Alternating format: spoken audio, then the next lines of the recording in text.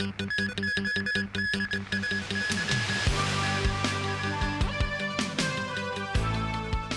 Keqiang discusses with Benigno Aquino the Manila tour bus tragedy. Ma Ying-jeou and Wang Jingping appear at double tent celebrations, and Canadian writer Alice Munro wins the Nobel Prize in Literature.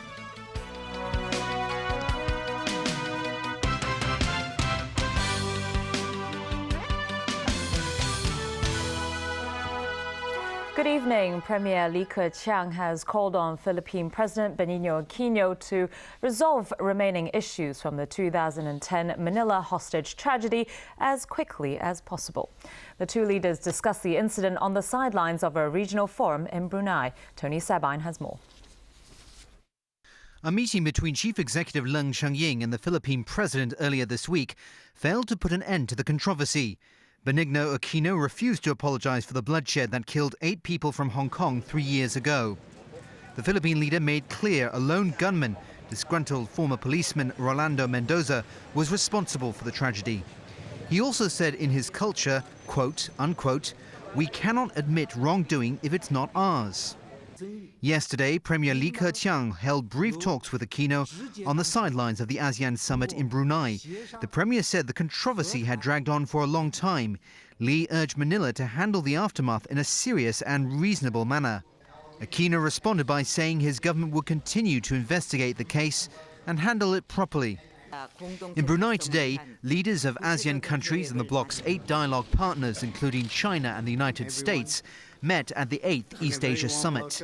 In his opening address, the Sultan of Brunei cited challenges such as food and energy security, climate change, disaster management, and pandemic diseases. Premier Li, for his part, called for greater mutual trust to safeguard regional peace and stability. Without peace and stability, any development is out of the question, the Premier said. Also today, the leaders of China, Japan and South Korea met with Southeast Asian heads of states in the ASEAN Plus 3 summit. In another development, Myanmar, an isolated dictatorship just a few years ago, assumed the ASEAN chairmanship in a ceremony today, although its duties will not begin until next year. Myanmar has been receiving very strong support from assistance from the member states and also from the partner countries. We are convinced that Myanmar will take up the chairmanship effectively, successfully.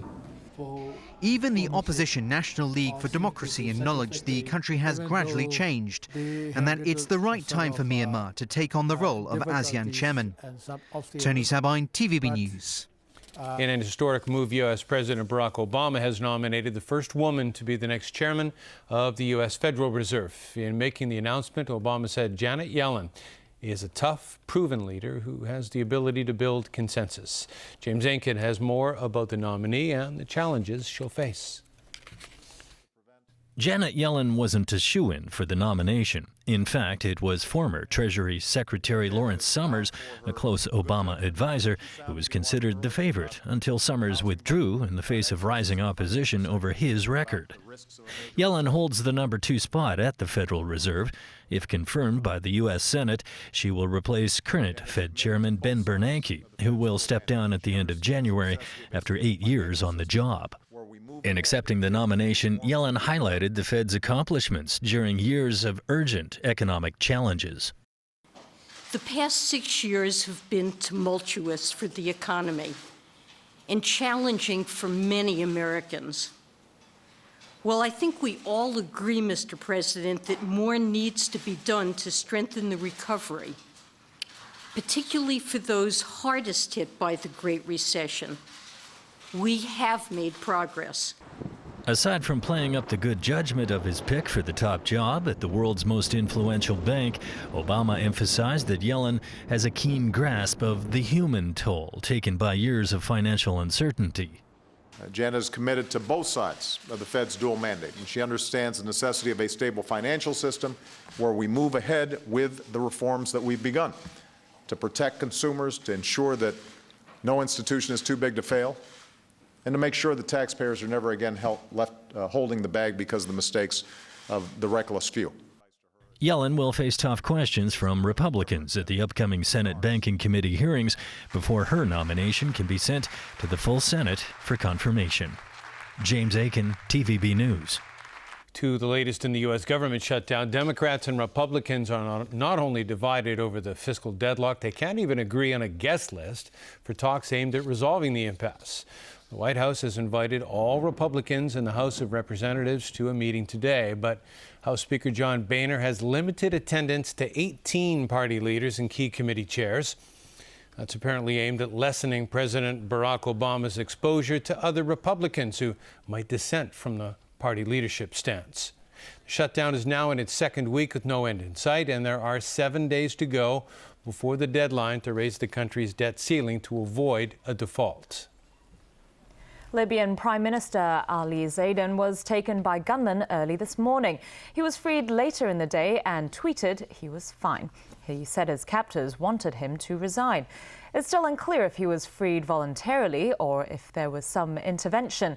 As Alan Booknear reports, it appears the seizure was in retaliation for a U.S. Special Forces raid in Tripoli over the weekend that saw a top al-Qaeda suspect captured.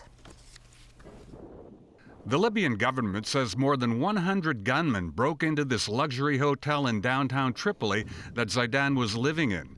Photographs posted on the internet show a disheveled Zaidan being escorted out of the hotel.